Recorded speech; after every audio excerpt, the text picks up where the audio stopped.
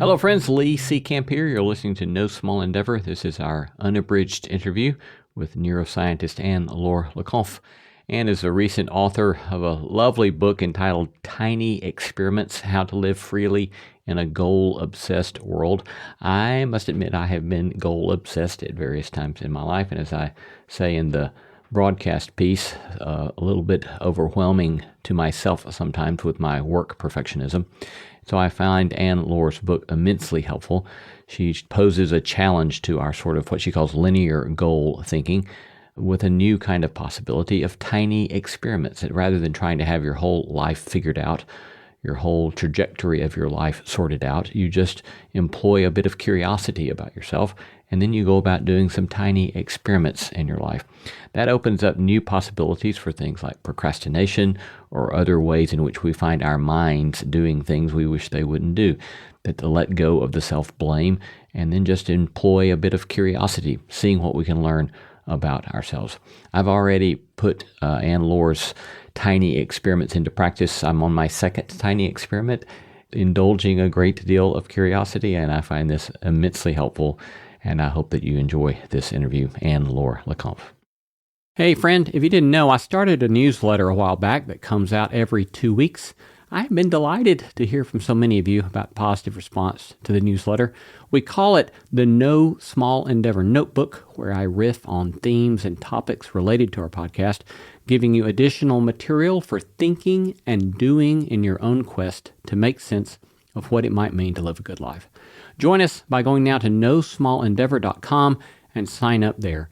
Again, go to nosmallendeavor.com to sign up now for our free No Small Endeavor Notebook newsletter. You know, it can be hard sometimes to quiet your mind at night with all that to-do list for tomorrow running through your mind, but bowl and branch sheets can help you truly unwind with a softness so extraordinary that your whole body just relaxes into sleep.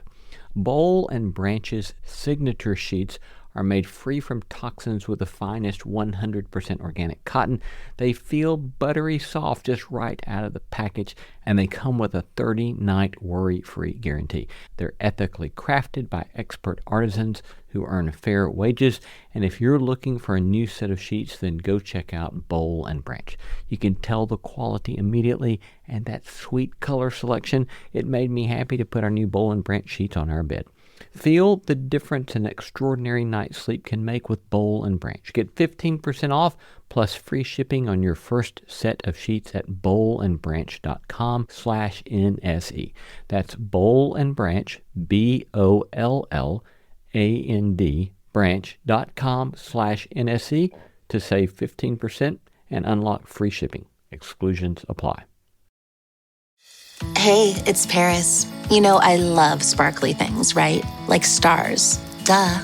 And thanks to Hilton and AutoCamp, I just slept under them. Picture me, serving looks by the fire outside my luxurious Airstream, making s'mores with the kids, while a national park is our backdrop. The great outdoors meets Hilton hospitality. That's hot. Explore all the new ways to stay at Hilton.com. Hilton for the stay. Anne-Laure Le Cunff is an award-winning neuroscientist and entrepreneur. She's the founder of Ness Labs, where her weekly newsletter is read by more than 100,000 curious minds. Her research at King's College London focuses on the psychology and neuroscience of lifelong learning, curiosity, and adaptability. Previously, she worked at Google as an executive on digital health projects, and her work has been featured in Rolling Stone, Forbes, Financial Times, Wired, and more. Today we'll be discussing her new book, Tiny Experiments, which provides a guide for living a more experimental life. Welcome, Anne-Laure. Thank you so much for having me. I'm excited about this conversation, and I've been fascinated with the idea of seeing your life as a realm of experiment. I think the first person I ever heard speak of this was Gandhi in his autobiography. I don't know if you've ever come across that, but he talks about that in his autobiography of taking this sort of approach. So I'm excited to hear and discuss the things that you've learned about all this from a scientific kind of perspective. But before we go into some of that, I would love, listeners just heard the introduction I gave of you, but I would love for you to kind of give us your own elevator pitch speech for what you do and what you care about? How would you put that in a kind of succinct paragraph, perhaps? I'm a neuroscientist and a science communicator. I think that would probably sum it up in the sense that I conduct research in the lab at King's College London, but I also spend a lot of my time trying to translate research into tools and techniques that people can use in their everyday life and work. And the bulk of my work is specifically around how to translate the scientific method, the way we conduct experiments as scientists, to everyday life challenges. So you had some rather sobering life experiences, as I understand it, that led you into the work that you're doing. Would you kind of describe how you ended up doing what you're doing now? I started my career at Google about, I don't even know. That was a long time ago. But that was my dream job right after university, first job, working with really smart people on really interesting projects. And because of that, I became really obsessed with being successful, keeping up. I would say yes to absolutely every single project that people were asking help with. I had discovered that there was an actual rubric at Google telling you how to be successful, what you were supposed to do in order to be promoted. And I was religiously looking, studying at this rubric and trying to figure out how I measured up against it, and trying to really diligently check all of these boxes until one day I was brushing my teeth in front of the mirror, getting ready to go to work. And I noticed that my arm had turned purple. So I went to the Google infirmary. We had that on campus. And I showed the nurse my arm, and she said, "You have to go to the hospital straight away." So I went to the hospital in Stanford, and the doctor looked at my arm and said, "You need to get surgery as quickly as possible. You have a blood clot in your arm that is threatening to travel to your lungs." And what did I do in that moment? In the doctor's office, I opened my laptop and I said, "1 second, I need to check my calendar."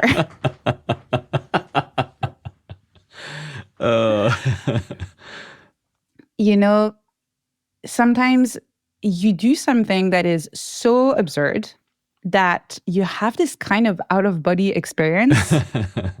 You see yourself do the thing and you feel like, am I this person doing this? That's how this moment felt for me. It felt so ridiculous that my priorities were so out of whack that my to-do list, my project launches were more important than my health. And that was the seed that made me start reconsidering whether I had my priorities in order. Were you able to see that in that very moment, or was it upon further later reflection that you began to see the absurdity of that?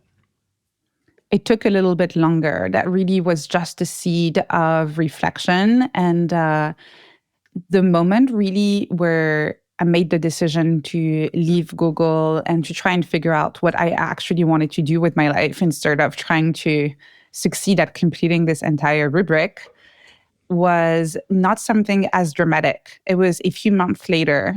I was back home in France visiting my family for Christmas, and someone asked me, "How's life?" And I don't know why in that moment, it was the first time that for a very long time I actually listened to the question and I actually asked myself, how's life? And the truth is, it wasn't bad, but also I had lost a lot of the excitement and the curiosity that I used to have as a child. I was so obsessed with this linear definition of success, climbing the ladder, getting the next promotion, working on the next project, that I had very little room for exploration and for figuring out what I actually wanted out of life. Yeah, that's lovely.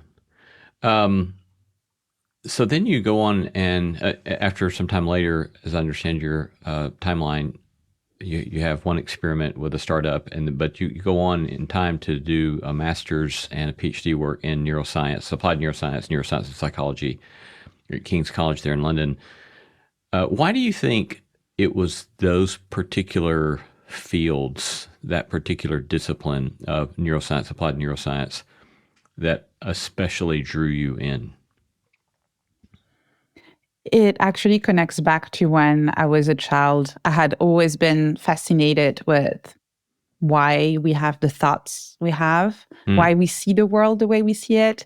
A question I was fascinated with was, is the blue I'm seeing the same blue you're seeing? And the fact that there was no way of actually verifying this.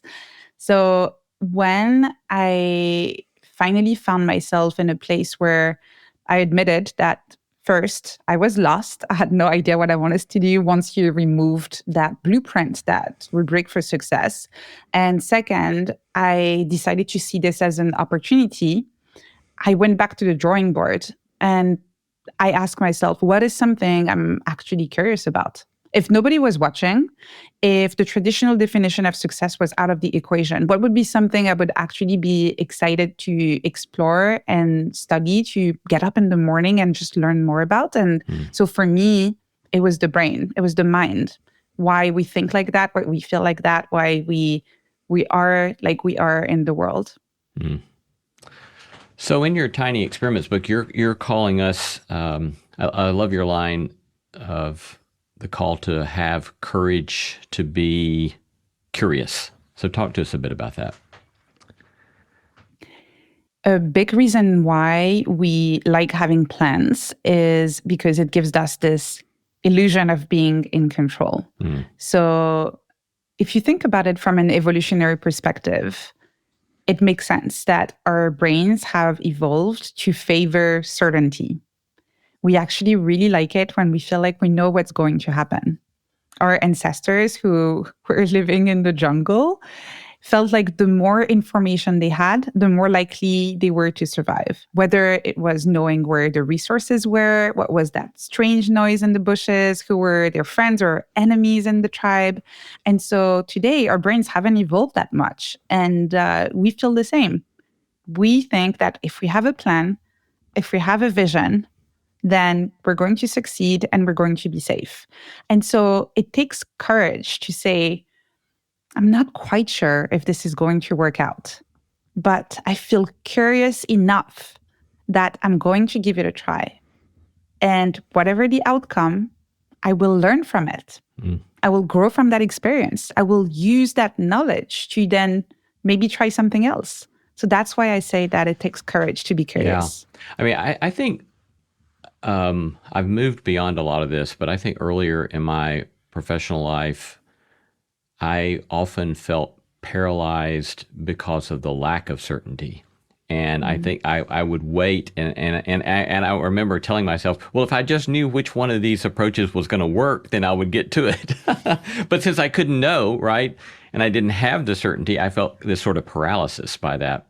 And so I find this a very compelling sort of approach of saying, just put that to rest and set that aside and lean into this sort of curiosity. I saw on your social media post you did recently that you said that curiosity activates the brain's reward system like food and sex. So this is fascinating. So discuss that for us. Yeah, so the same dopaminergic pathways, that's how we call them, are activated whether we're craving sex or food or information, which is really interesting because it shows that our brains considers these things as essential for our survival. Yeah, that's just remarkable. So why do you think, given that from a neuroscientific perspective, we have this sort of need for information, where does that tension come from between curiosity and certainty, when it would seem natural that curiosity would simply be a most sure route to knowledge that the brain really wants? Some sort of certainty, right? Curiosity, I guess, is seeking some sort of certainty. Life didn't used to be so overwhelming as it is today. So curiosity in an environment where information and resources are scarce is actually really helpful. This is what is going to allow you to venture just a little bit further and see what's going on over there in that area you have never visited yet, which might have more resources. In today's world, there is so much information. The pace of life is so fast and everything is changing so rapidly that we feel like curiosity almost becomes this very uncomfortable feeling. And we feel like it's safer to retreat to certainty. So where in nature, there was a really good balance between certainty and curiosity, in today's world, there is a temptation to focus on trying to have this illusion of control again, feeling like we have certainty rather than making space for curiosity. Curiosity feels almost riskier in a way. Hmm. So in your book, Tiny Experiments, you're calling us into fundamentally reconfigure how we think about goals, or as I guess it was Inc. magazine put it, you're calling us to abandon goal setting. So describe to us the alternative that you're posing to what you're calling linear goals, an alternative sort of approach. I describe linear goals as the type of goals where we think that in order to be successful, you need to have a clear vision and a clear plan. I think, most well-known framework for linear goals are the SMART goals. A lot of organizations have used them, and they're very popular because, again, they give you this sense of control where you know exactly what you're going to accomplish. It's going to be measurable. You have a timeline for it, and just, again, show up and do it, and you'll be successful. I tell people that it is actually a lot more effective in today's high information, high uncertainty world to use experiments instead. So the biggest difference between a linear goal and an experiment is your relationship to success. With a linear goal, you have a very binary definition of success. You have an outcome in mind, and either you reach that outcome, and that's success, or you don't, and that's failure. With an experiment, you don't start with an outcome in mind. You start with a hypothesis. You wonder whether this thing is going to work or not. And whatever the outcome, as long as you complete the experiment, as long as you learn something new and knowledge is generated, then that is success. And the promise of experimenting is that although it might look a little bit messy because you don't really know where you're going, you are going to grow. You're going to grow in ways that are very hard to predict in advance, but you are going to grow. So I can imagine some kind of immediately finding certain objections in the sense that, let's say from a business perspective, a business endeavor, well, there's certain kind of key performance indicators, which are precisely linear goals in effect, which are required to allow the business to have a sort of success or to maintain its own sort of viability as a business entity. How do you see that? Do you see your approach as something that can sit alongside more traditional linear goals, or are you seeing these as a replacement for that kind of approach? This is actually a question I get quite often, especially from people who work in bigger companies and who have been relying on some form of linear goal in a way or another in order to track success in their organization. So a misconception when I talk about living a more experimental life and developing an experimental mindset is that some people might think I'm saying experiment with everything all the time. And that's not what I'm saying. What I'm telling people is that there should always be some space for experimentation in whatever area of your life that you have, whether in business or in your personal life. Linear goals can work really, really well if you already have a very clear idea of how to be successful, and then you actually just need to do it. And that is the case in some areas of some businesses where you have a very clear sales process. You have a pipeline already. You have written some really good scripts. What you need is for your sales team to show up and actually pick up the phone, talk to customers, and you have those KPIs, those performance indicators, those OKRs, whatever you want to call them, that are very linear. And that makes sense.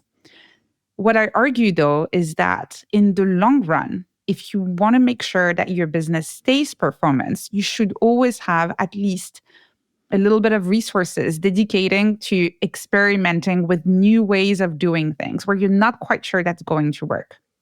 And at some point, if you've experimented enough with these things and they actually work, these can become processes that are repeatable and that can become a little bit more linear. But an organization that only relies on linear goals, I think, is not going to survive in the long term. This is not sustainable. Yeah, I found fascinating as well in the section where you're talking about curiosity, you encourage us to think of yourself as an anthropologist with your own life as your topic of study. Anthropology requires, and then you're quoting somebody else, the open-mindedness with which one must look and listen, record in astonishment and wonder that which one would not have been able to guess. So that's a very compelling invitation. And I think that one of the things that I have seen repeatedly in the years that we've been doing No Small Endeavor is how often this invitation to step back and actually look at our lives, actually do some study about our lives, some consideration of our lives, and how infrequently I think we tend to do that because we're so distracted. But this is this sort of invitation to say, no, really, if you're going to do well, then that means stepping aside and asking, well, what do you even mean by doing well? And how do you, and your stuff on metacognition that I want to talk about here in a moment, but thinking about how we think, thinking about how we live, and giving ourselves the space to do that. So I find that a very compelling invitation. So any commentary on that? Thank you. I think one reason why this exercise I invite people to do in the book is so popular is because I don't tell people do that all the time. I think a lot of people are already convinced of the benefits of self-awareness and introspection, whether that's journaling or mindfulness or whatever technique that you want to use. But the pushback that you get a lot is, I'm busy. I have so much to do. When do you want me to find the time and energy to do this? And so what I tell them is to only do it for 24 hours. And you can do that at any point in your life where you have this feeling that something needs to change, but you're not quite sure what that is. And so for 24 hours, you can pretend that you're an anthropologist with, again, your own life and work as the topic of study. Something that's very important in an anthropologist's work is the lack of judgment. There's no judgment. They're just observing. So for 24 hours, the idea is not to try and find a solution or to figure out what the problem is. It's really just to observe your life. What do you care about? How do you spend your time? How do you spend your energy? Are there moments where you find yourself having conversations with someone and you wish it would last forever? Or maybe you're in a meeting and you wish you could go and hide somewhere in the corner. All of these are important data points that an anthropologist would record in their notebook, again, without any judgment, just as interesting observations. And I guarantee you that if you spend 24 hours just observing, you will notice patterns. You will notice things that you do in an automated way, just because a routine has settled or because your colleagues are doing it in that way or your family has been doing it in that way. And so you're doing it in this way and you never really questioned why. And that's really the power of self-observation. You notice how you do things and then you can start questioning, okay, but why am I doing these things? Right. And do I want to do them differently? Yeah. Yeah, that's so fascinating. Well, knowing that we were having this interview today and having yesterday read some passage where you were talking about rather than immediately focusing upon getting something done, pause to allow yourself to observe the sort of emotional tapestry that you have with regard to whatever it is that you're experiencing. So I actually have just come off of a week of vacation in the Northeast part of the United States. And I came home very quickly, turned around and drove to my hometown in Alabama for I'm not going to tell how many years, but it was a lot of years, high school reunion and in small town Alabama. And I decided, since I hadn't been there very much for a long time, just to spend 3 nights there in a bed and breakfast and just go visit places I have not visited for many decades. And then I got home and I was so glad to be in my own bed after a long time. But I woke up at 2:30 in the morning and I could not go back to sleep. And I'm sitting thinking, I have a lot of work I have to do this week to get caught up and I've got this interview coming up this morning. I've got all this other kind of stuff I've got to do. And of course, I just could not go back to sleep. So I finally got up, and remembering your advice, I thought one of my practices is journaling. And I thought, why don't I just give myself the opportunity just to see what I observe and to talk about my sort of emotional experience of the last several days, which has been very intense and in lovely and beautiful ways. But so I journaled for, I don't know, an hour maybe. And then finally I was able to go back to sleep. And so it's this remarkable sort of thing of saying, why don't we just give ourselves a break, and allow ourselves enough space and time to make those sorts of observations? So I don't know, you want to unpack any more of that? Well, those experiences are uncomfortable, right? When you can't sleep, you're in bed, you're feeling all of that anxiety. And so the temptation is just to ignore them, push through, use our willpower to say, it's not that bad. Why am I feeling this way? It's okay. Go back to sleep. There's a lot of self-blame when our mind is not behaving in the way we want it to, because we feel like, again, we're losing control. And it's even more uncomfortable when the part we're losing control of is ourselves, right? We feel like I should at least be able to control myself. So again, a lot of self-blame. And the first step really is to remove that and to stop saying something's wrong, and to then say, okay, clearly my brain is trying to send me a signal. And so instead of pushing back and saying, shut up, I'm trying to get back to sleep, maybe I can listen. And that's what you did with the journaling. And mindfulness practices can look very, very different for different people. Journaling is one of them, but having a long conversation on the phone with a friend who's in a different time zone, that's a mindfulness practice as well. Going for a walk, dancing on your own in your bedroom, like no one's watching. And fortunately, no one's watching. That's also a mindfulness practice. And so investing a little bit of time in figuring out and experimenting with different ways to reconnect with yourself whenever you find yourself in those uncomfortable emotional experiences. So you can really practice listening to those signals from your brain instead of trying to ignore them. I think that's a very worthwhile investment to make. So you suggest similarly that procrastination might be a way our brain is sending us a signal, that rather than beating ourselves up over procrastination, maybe we just begin to treat it as a form of communication, which again, I find very compelling. It's actually something that I've learned from my own experience, but I think I was that classic case, right, of where anytime I would procrastinate, I'd beat myself up. And I don't know, finally, I don't know, 5, 6, 7 years ago, I started some things happened, and I realized, I think my procrastination was trying to tell me to pay more attention to this, but you do this in a very helpful way. So maybe unpack some of that for us. Any kind of resistance, including procrastination, is a signal from your brain. And in the book, I picked procrastination because I think it's one of the most fascinating forms of resistance. It's something we all experience. And somehow there is a lot of shame around it. You never see anyone walking into their manager's office and saying, hey, boss, sorry, I didn't finish that presentation. I was procrastinating. Although this is such a common thing to happen, right?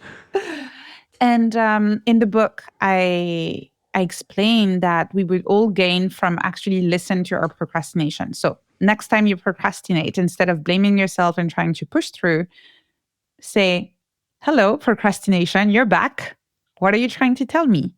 And I share a very simple tool I call the triple check that allows you to have a bit more of a structured conversation with your procrastination if you're not sure where to start. So you ask the question, tell me, where is the problem coming from? Is the problem coming from the head, from the heart, or from the hand? If the problem is coming from the head, it means that at a rational level, which doesn't mean it's conscious, right? But at a rational level, you don't think you should be working on this task in the first place. So maybe the task is not aligned with the overall ambitions of the organization you work for. Maybe this task is outdated. Maybe it's badly designed. Maybe someone else should do the task. But at a rational level, you're not even convinced you should be doing this thing. And so you procrastinate. If the problem is coming from the heart, it means that at an emotional level, this doesn't feel like it's going to be a lot of fun. And so you procrastinate. And if the problem is coming from the hand, it means that at a practical level, you don't believe that you have the right skills, the right knowledge, or the right support network, maybe, in order to complete the task. And so you procrastinate. So what do you, let's say you go through that exercise and you identify the source of the procrastination. What next then? That's the great thing about being systematically curious about any source of resistance in this way, is that then you can also systematically find a solution. So let's say that you found that the problem was coming from the head. In that case, go back to the task itself, go back to the drawing board. So if you're working with your team, you could say, hey, everyone, I've been procrastinating on this thing for the past couple of days, and it's because I'm not really convinced this is the right approach. Do you mind if we get together for 20 minutes and we have a little brainstorm together? And just let's figure out, is this the right approach? Is there a better approach? How can we do this? Or if you figure out that you're not the right person to do it, then delegate. Delegate to someone else. Or these days, I can say this, delegate to AI. Maybe AI should be doing this so you can focus on something more creative and where that's more interesting. If you found that the problem was coming from the heart, then make it fun, make it more enjoyable, redesign the task so you look forward to it. And that might look like grabbing one of your favorite colleagues and say, hey, let's do a little co-working session, or go to your favorite coffee shop and sit there while you complete the task, or create a little reward for yourself. Make it fun. And if you found that the problem was coming from the hand, then raise that hand. Ask for help. So that could be mentoring, that could be coaching, that could be just, again, grabbing your team and saying, hey, I've actually never done this before. Can someone show me how to do it? Or if you're working on your own, watching a video tutorial or taking an online course. Once you've identified that the problem is purely practical, instead of being paralyzed, then you can find a solution and you can move forward. It has been so delightful to see more and more listeners like you sign up for NSC Plus. Our growing community is made up of intelligent and thoughtful people looking for a holistic approach to human flourishing. Signing up for NSC Plus is also a way to support the show and the work we're doing, and in fact, we depend upon that kind of support. But in addition to supporting the show, you'll get exclusive access to bonus content, and the No Small Endeavor you've come to love will be completely ad-free. In fact, you won't even hear ads like this one.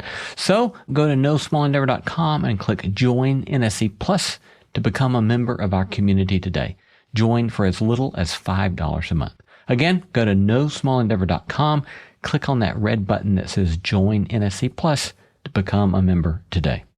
This episode is brought to you by Indeed. When your computer breaks, you don't wait for it to magically start working again. You fix the problem. So why wait to hire the people your company desperately needs? Use Indeed's sponsored jobs to hire top talent fast. And even better, you only pay for results. There's no need to wait. Speed up your hiring with a $75 sponsored job credit at Indeed.com/podcast. Terms and conditions apply. With a major selection of the looks your kiddos love starting at just $4 in the Walmart app, a new school year means a stylish new them. Who knew? Find skater skirts and Crocs that say, I'm casual but cool.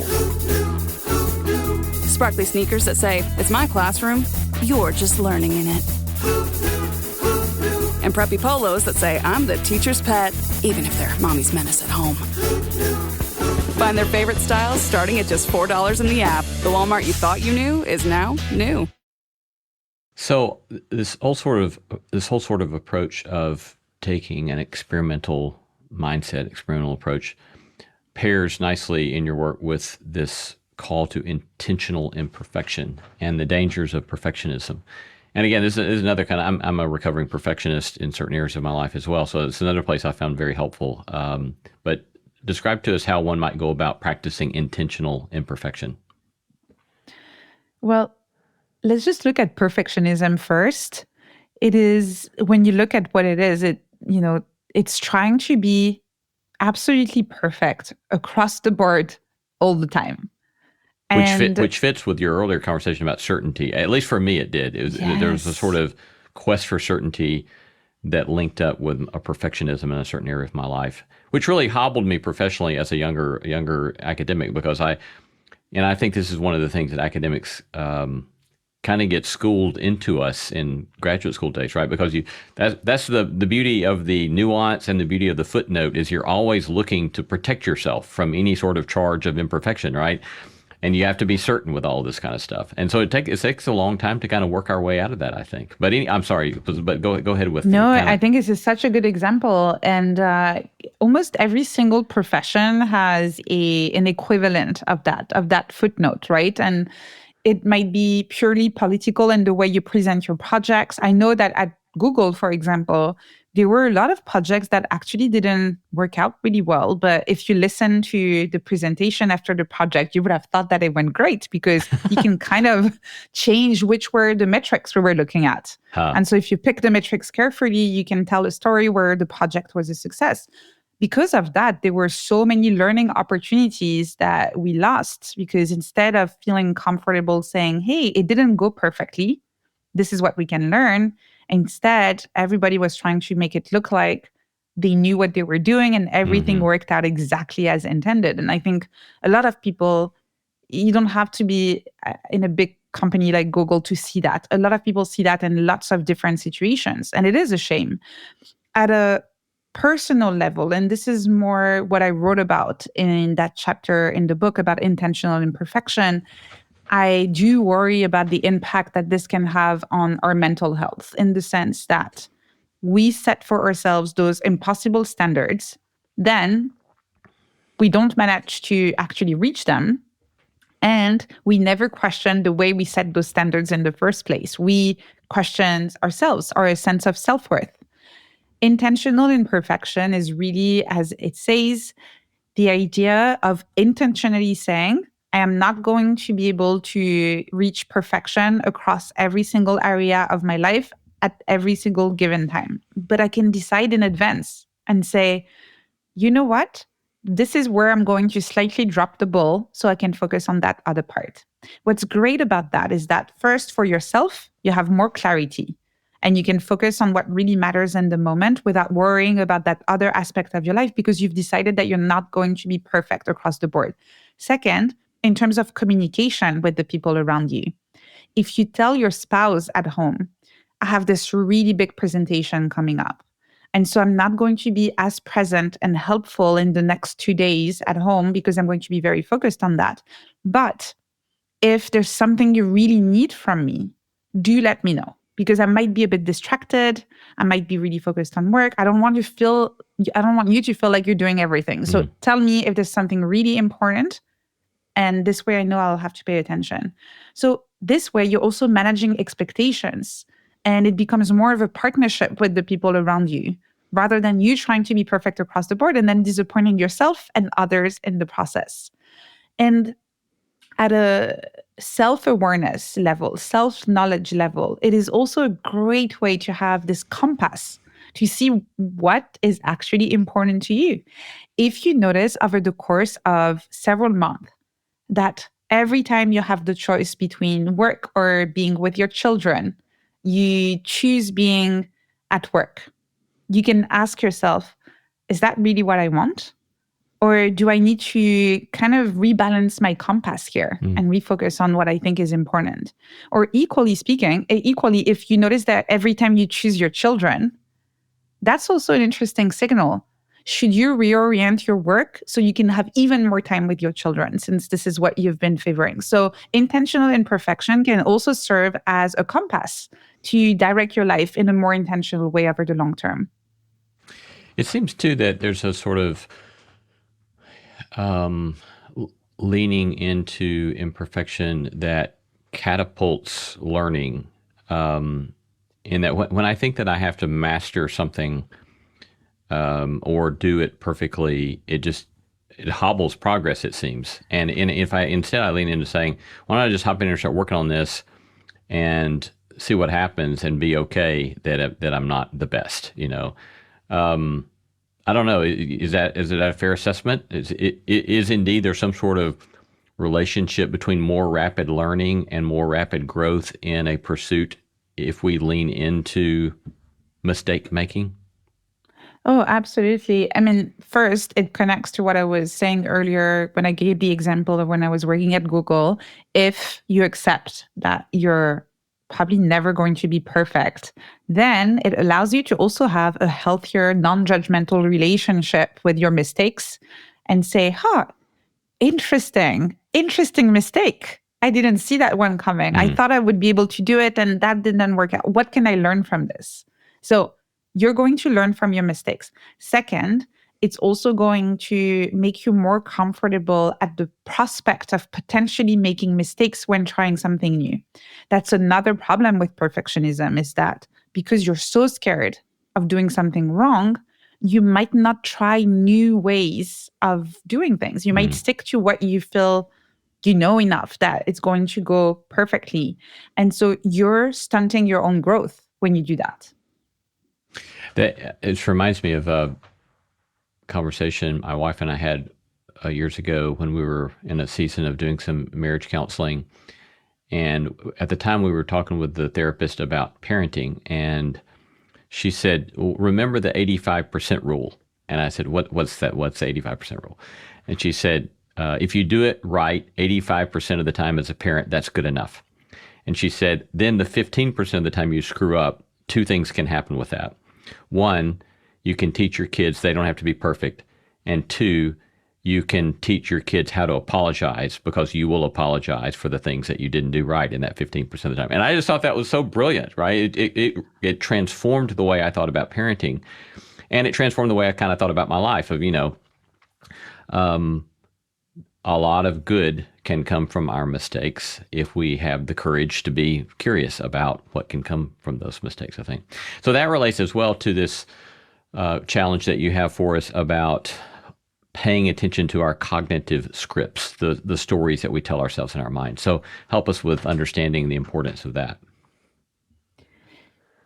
The research into cognitive scripts started in the late 70s. And the reason why I love this research is because it's so simple. It's so simple. The way they designed it, anyone can understand. So what they did is that they simply asked people, if you were in that particular situation, how would you act? How would you behave? What would you do? Describe to me the actions you would take. And what they found is that most people, if you put them in a specific situation, will behave in a very similar way. And those are called cognitive scripts. They are like patterns of behavior that we have implicitly agreed upon as a society are the correct way to behave in a certain situation. Cognitive scripts can be very helpful in a lot of situations. So if you go to a restaurant, nobody ever actually told you that you're supposed to walk in there, wait at the front, and that a staff member is going to come and ask you how many people. Then you're going to tell them, and then you're going to walk to your table. You didn't have a lesson from your parents about that. You just know that. You've observed it happen enough times that you just know. If you go to the doctor, you're supposed to wait in the waiting room. That's why it's called like that. And then someone's going to call your name and you're going to go in the doctor's office. If the doctor walked out of their office and asked you to get undressed in front of everybody in the waiting room, you would probably be quite confused, right? Because they would have gone off script. They would not be following the cognitive script we all agreed on. So cognitive scripts, very common, not necessarily bad. The issue is that we also follow those scripts in a lot of other areas of our lives that are a lot more important than finding a table at a restaurant. And those areas include our career choices, our relationships, the way we communicate, the way we dress, where we live. We follow these scripts based on our education, the people around us, the values that we have. And we don't realize that a lot of our decisions are based on those invisible scripts.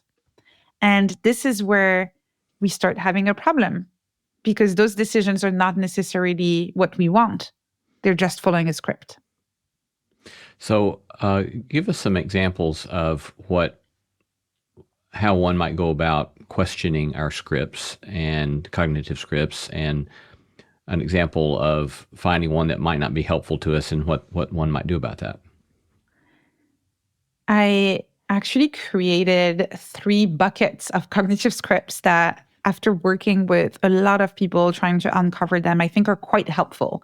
So those are not found in the research literature, but I found them time and time again. And so those buckets, I think, are helpful to think about them.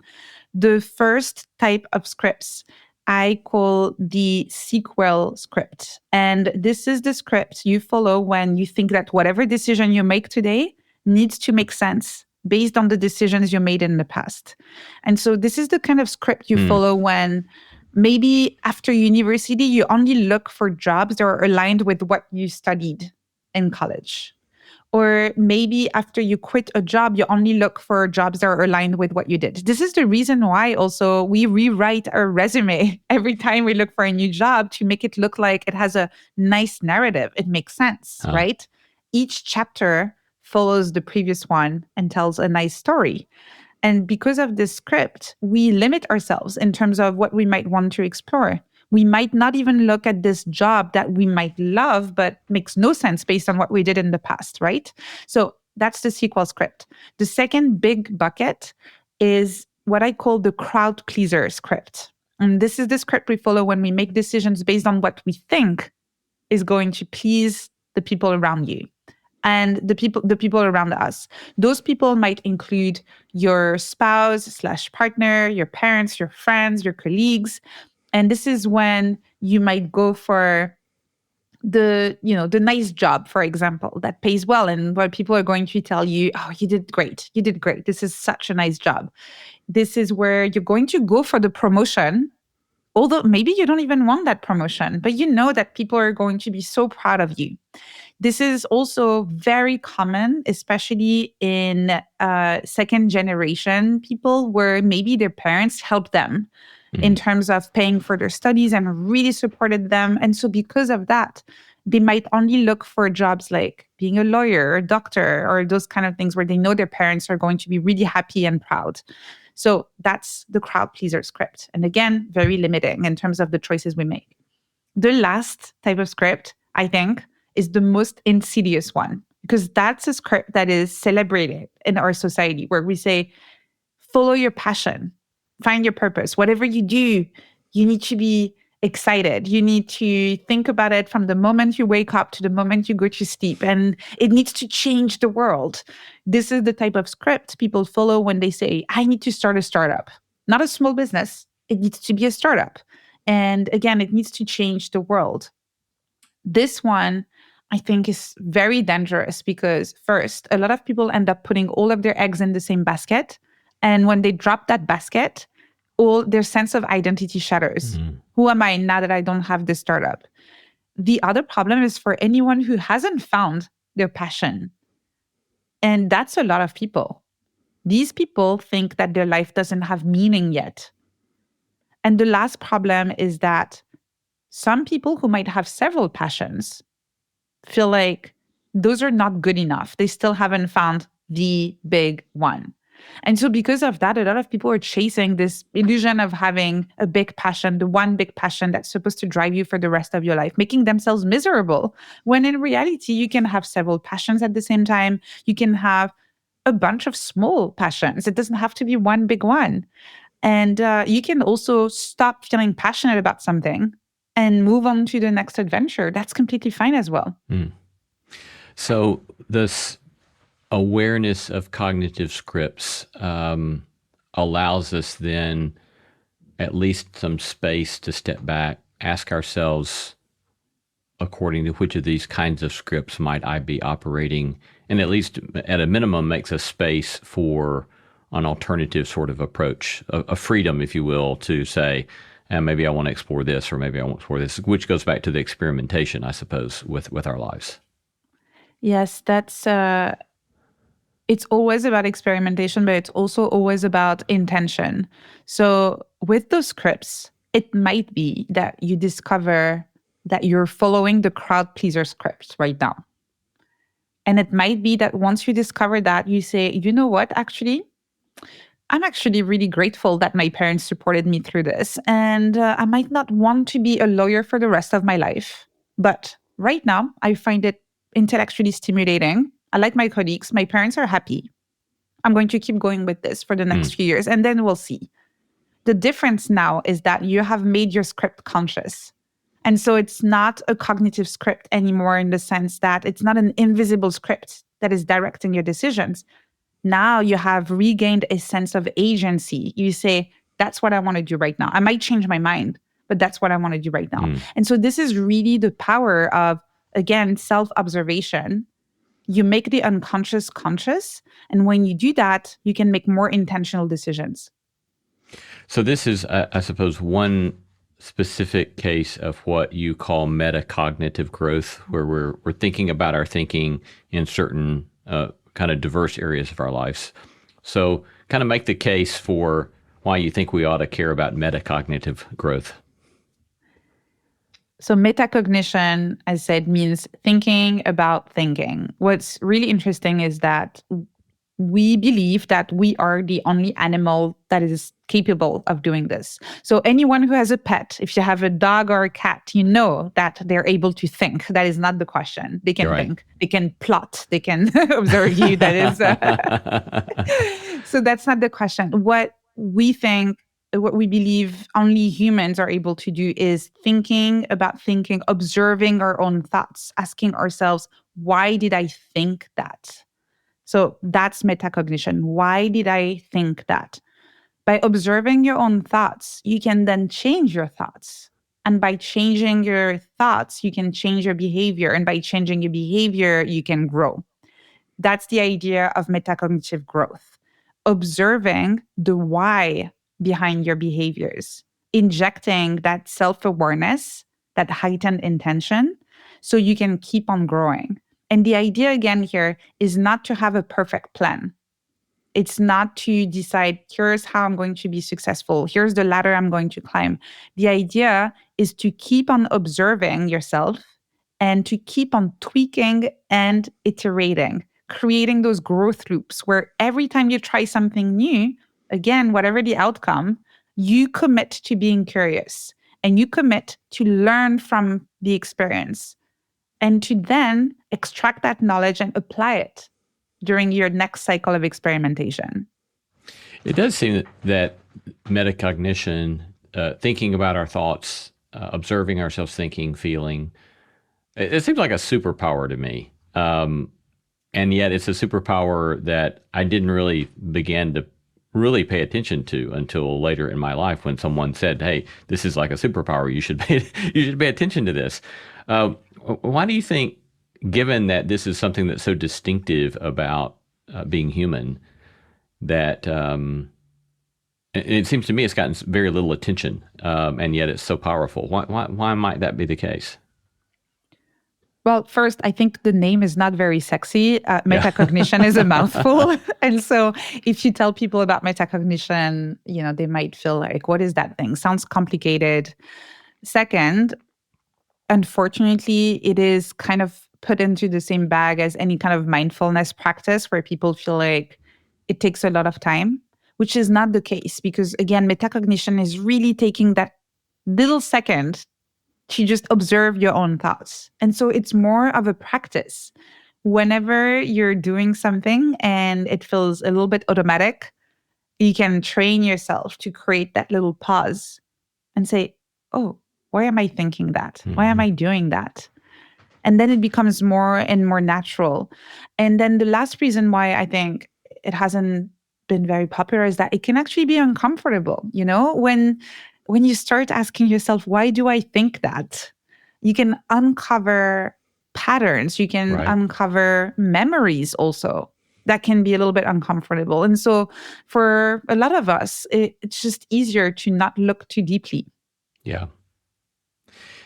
Yeah, and at the same time, I also think that without that kind of attention, we do get kind of trapped, right, in those cognitive scripts or in these sorts of repetitive, ruminating thoughts or whatever the case may be. I don't know, just again, as I was sharing earlier about my trip to my childhood hometown, I used the excuse that I was there for a high school reunion to talk my way into the high school that was kind of closed up for the summer, because I just wanted to walk around and see, and this school hasn't changed in all these decades. And And so I was actually standing, our high school was actually built in the round around the basketball gym. And so it's this fascinating kind of building and kind of odd, but fascinating architecture.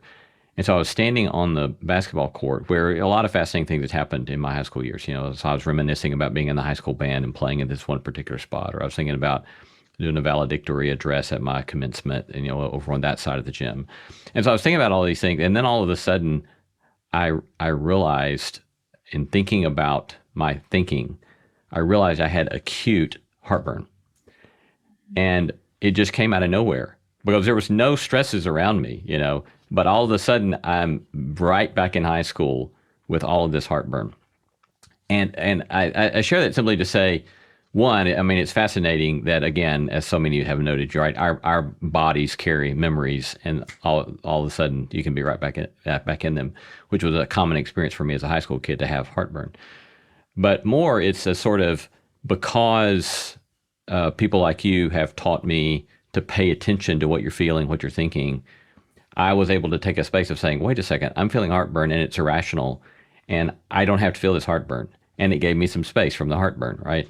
And so I think that I just so much appreciate this kind of work of saying you can take some time to ask yourself these questions. And again, like you said, you don't have to invest a lot of time, but the little bit of investment there has serious payoffs, it seems to me.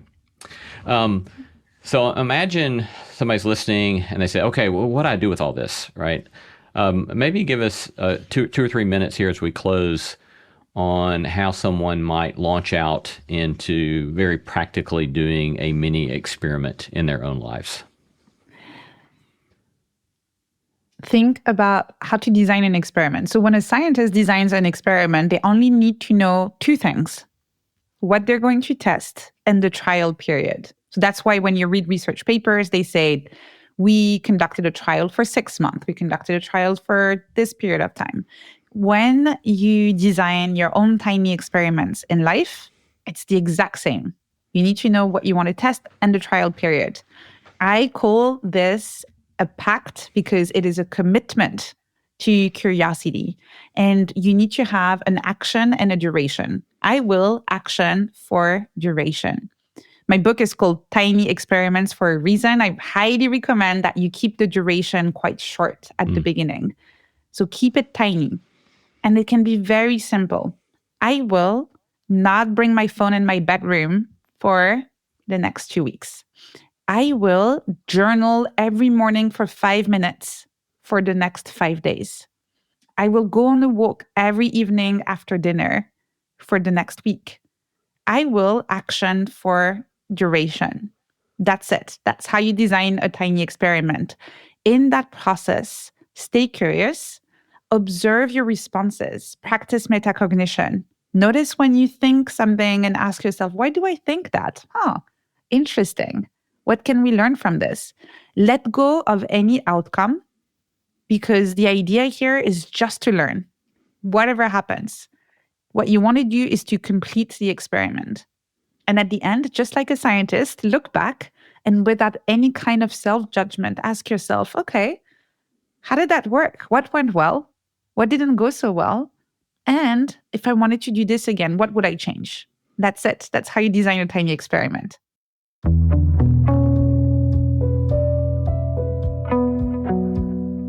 Well, thank you. That's all super helpful. You've given so much to think about, and your work is very much a gift to us. We're grateful. We've been talking to Anne-Laure Le Cunff on her new book, Tiny Experiments. Thank you, Anne-Laure. It's great to be with you. Thank you for having me.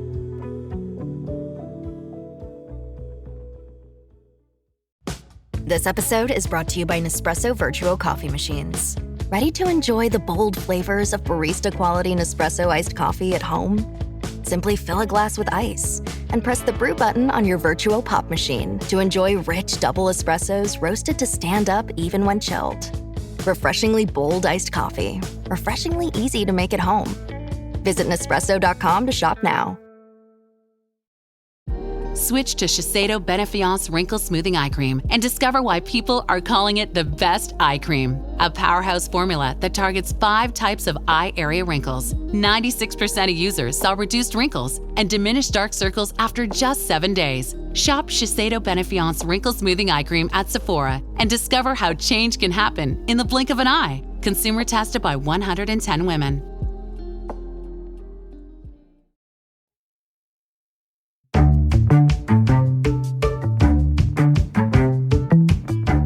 Our thanks to all the stellar team that makes this show possible. Christy Bragg, Jacob Lewis, Carrie Harmon, Jason Cheesley, Sophie Byard, Kate Hayes, Mary Evelyn Brown, and Audrey Griffith.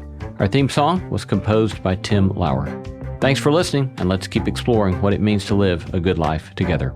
No Small Endeavor is a production of Tokens Media, LLC, and Great Feeling Studios. New season, new chaos in college football. Let's go! Big stage, big opportunity. This Labor Day weekend, the wildness lives on ABC, ESPN, and the all-new ESPN app. What a way to start! Featuring top 10 teams like Clemson, Notre Dame, Alabama, and LSU, and Bill Belichick's debut at North Carolina. It's so special when these teams collide. Don't miss a lineup filled with electric matchups. Welcome back to college football. Kickoff week presented by Modelo. Labor Day weekend on ESPN and ABC. Also available to stream on the all-new ESPN app.